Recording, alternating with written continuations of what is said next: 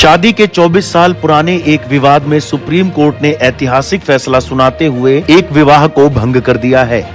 अपने इस ऐतिहासिक फैसले के लिए सुप्रीम कोर्ट ने संविधान के आर्टिकल 142 के तहत अपनी विशेष शक्तियों का इस्तेमाल किया है।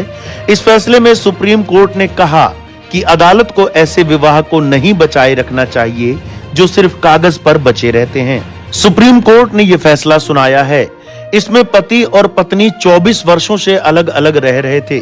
सर्वोच्च अदालत ने माना कि वैवाहिक जीवन के प्रति दंपत्ति का दृष्टिकोण मौलिक रूप से अलग था और एक दूसरे को समझने से लगातार इनकार किया जाना आपसी क्रूरता के समान था, जिसे ठीक नहीं किया जा सकता। लाइव लॉ की एक रिपोर्ट के मुताबिक सुप्रीम कोर्ट ने पाया कि बिना साथ आने की किसी उम्मीद के लंबे समय से अलग रहना दोनों पक्षों के लिए क्रूरता के बराबर है।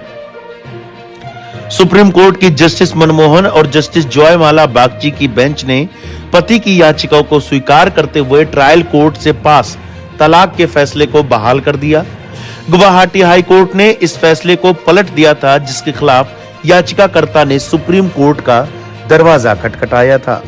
इस दौरान सुप्रीम कोर्ट ने कहा, इस अदालत का यह भी नजरिया है कि वैवाहिक मुकदमा को लंबे समय तक लंबित रखने से विवाह सिर्फ कागजों में ही बचा रहता है।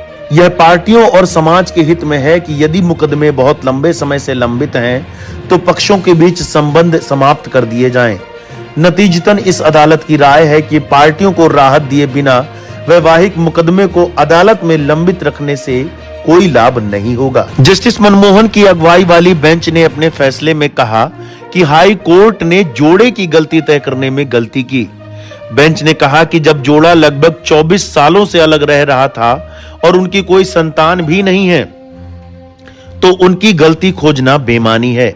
इसलिए सुप्रीम कोर्ट ने संविधान के आर्टिकल 142 के तहत अपनी विशेष शक्तियों का इस्तेमाल करते हुए विवाह को खत्म करने का आदेश दिया।